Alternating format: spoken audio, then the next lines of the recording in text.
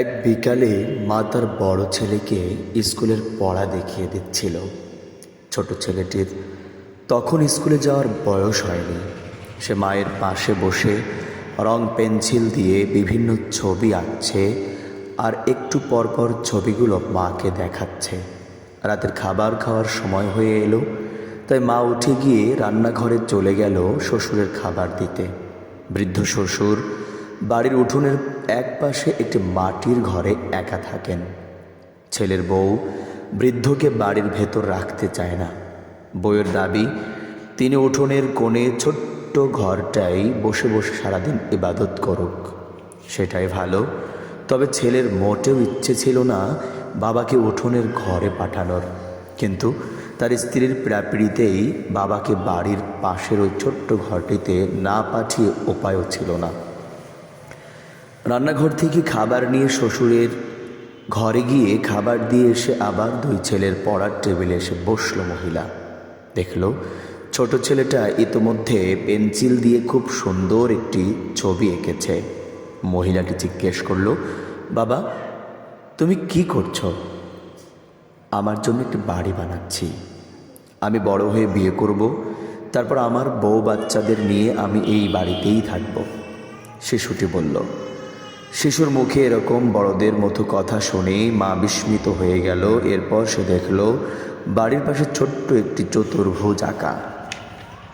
মা প্রশ্ন করল, এটা কি বাবা? শিশুটি বলল, এটা আমার মামনির ঘর। আমি এটা তোমার জন্য তৈরি করেছি আম্মু।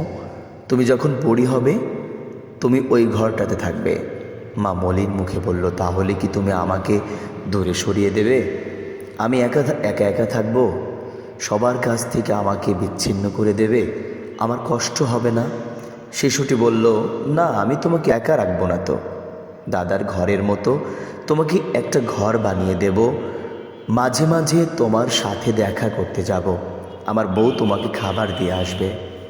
যদিও শিশুটি অবশ মনে এগুলো বলেছে, মহিলা তাতে খুব কষ্ট পেল। সে নিজের ভুল বুঝতে পারল। তার বোধোদয় হলো যে শ্বশুরের সাথে তার আচরণ পরিবর্তন করা উচিত।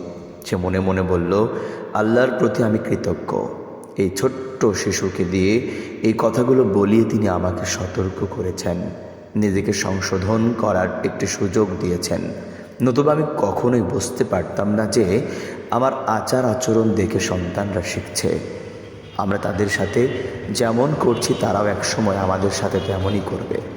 মহিলাটি তখনই গিয়ে শ্বশুরকে বাড়ির ভেতর নিয়ে এসে সুন্দর একটি ঘরে থাকার ব্যবস্থা করে দিল। সে প্রতিজ্ঞা করল যে আজ থেকে সে খুব আন্তরিকতার সাথে শ্বশুরের সেবা যত্ন করবে, তার সাথে কোনো খারাপ আচরণ করবে না। বৃদ্ধ নতুন ঘরে এলো। নতুন ঘরে এসে নাতিদের দেখে দাদার মুখেও হাসি ফুটে উঠল। অফিস থেকে ফিরে বাবাকে বাড়ির ভিতর দেখে ছেলেও অবাক হয়ে গেল। মনে হলো যেন সে স্বপ্ন দেখছে। স্ত্রীকে জিজ্ঞেস করলো, কি হয়েছে? বাবা বাড়ির ভিতর আসলেন কিভাবে? আমি তো কিছুই বুঝতে পারছি না। এরপর মহিলা স্বামীকে ছোট ছেলের আঁকা ছবি এবং তার মুখের কথাগুলো খুলে বলল। সব কিছু শুনে স্বামী খুব খুশি হলো।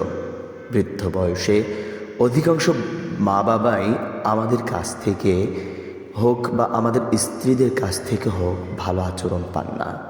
অনেক সন্তান বাবা মার আনন্দ বেদনার কথা চিন্তাও করে না।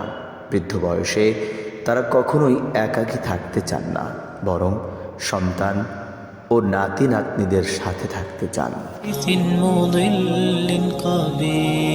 تبختر ترجل بصوت